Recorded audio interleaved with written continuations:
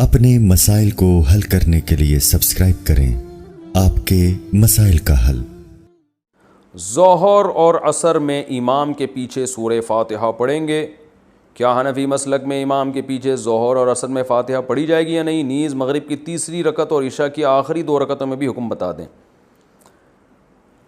دیکھیں، امام کے پیچھے چاہے سری نماز ہو یا ظہری نماز یعنی جہری نماز ہو، صحیح حدیث ہے جس میں آپ صلی اللہ علیہ وسلم نے فرمایا من کان لہ امام فقراءۃ الامام لہ قراءۃ، جس کا کوئی امام ہو تو امام کی قراءت مقتدی کے لیے کافی ہے۔ تو اس حدیث میں فرق نہیں کیا گیا کہ جہری نماز ہو یا سری، امام جب قراءت کرے گا تو مقتدی کے لیے وہ قراءت کافی ہے۔ ویسے بھی آپ دیکھیں نا کہ جو حضرات کہتے ہیں کہ سورہ فاتحہ ہی ضروری ہے، تو اب وہ بتائیں کہ سورہ فاتحہ کے بعد سری نمازوں میں، سری میں امام جب آگے سورت ملاتا ہے تو وہ بھی تو سورت نہیں ملاتے،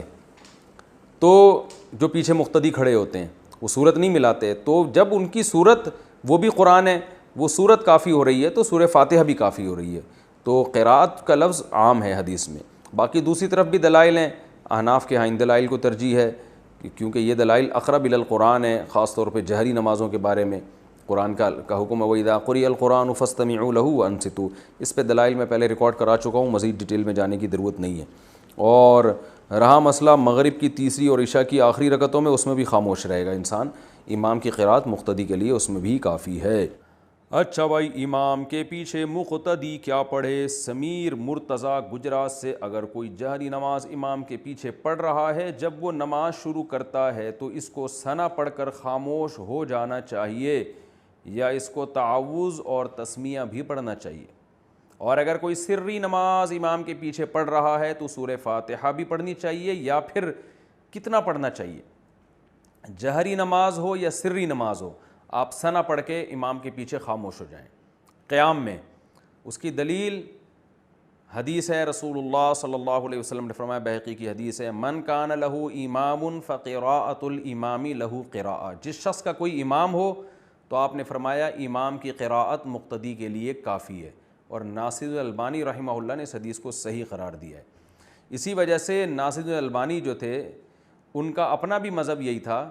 کہ جہری نمازوں میں بہرحال امام کے پیچھے مکمل خاموشی ہوگی، البتہ وہ سری نمازوں میں کہتے تھے کہ امام کے پیچھے فاتحہ پڑھی جائے گی، اور اس کی دلیل وہ یہ دیتے تھے کہ وہی جو مشہور حدیث ہے بخاری مسلم کی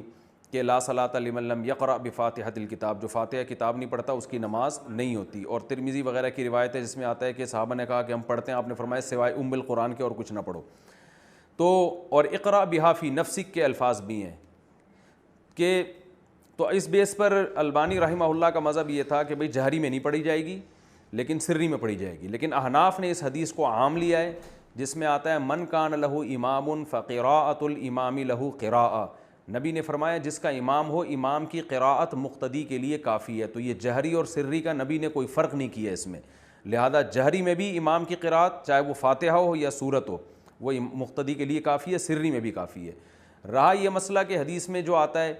کہ اقرا بہا فی نفسک، سورہ فاتحہ کے بارے میں آتا ہے دل میں پڑھو، تو ہم کہتے ہیں دل میں پڑھنے کا مطلب اس کے معنی اور مفہوم میں آپ سورہ فاتحہ کے بارے میں غور کر سکتے ہیں، زبان سے نہ پڑھیں آپ، اس طرح سے تمام روایتوں میں تطبیق ہو جاتی ہے۔ رہا یہ مسئلہ کہ نبی صلی اللہ علیہ وسلم نے یہ جو فرمایا کہ جو فاتحہ نہیں پڑھتا اس کی نماز نہیں ہوتی، تو صحیح ہے مسلم میں پوری حدیث ہے، اس میں آگے آتا ہے من لم یقرأ بفاتحۃ الکتاب فصاعدا،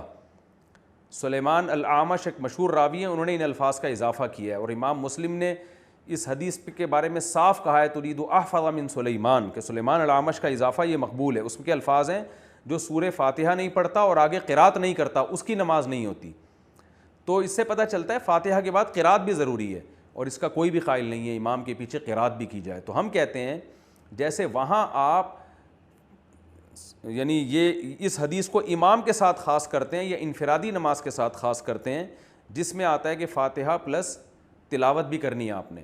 تو یہ امام کے بارے میں ہے کہ امام اگر فاتحہ کے ساتھ تلاوت نہیں کرے گا یا منفرد جو نماز پڑھ رہا ہے وہ فاتحہ کے ساتھ تلاوت نہیں کرے گا اس کی نہیں ہوگی، تو اس سے پتہ چلتا ہے وہ حدیثیں جن میں صرف فاتحہ کا ذکر ہے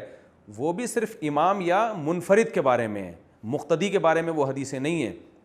مقتدی کے بارے میں یہ صحیح حدیث ہمارے پاس موجود ہے، من کان لہ امام، جس کا کوئی امام ہے، فقراءۃ الامام لہ قراءۃ، تو امام کی قراءت اس مقتدی کے لیے کافی ہے۔ تو جہری سری دونوں کو شامل ہے، لہذا آپ سے سورہ صرف وہ پڑھیں، ثنا پڑھیں اور خاموش ہو جائیں۔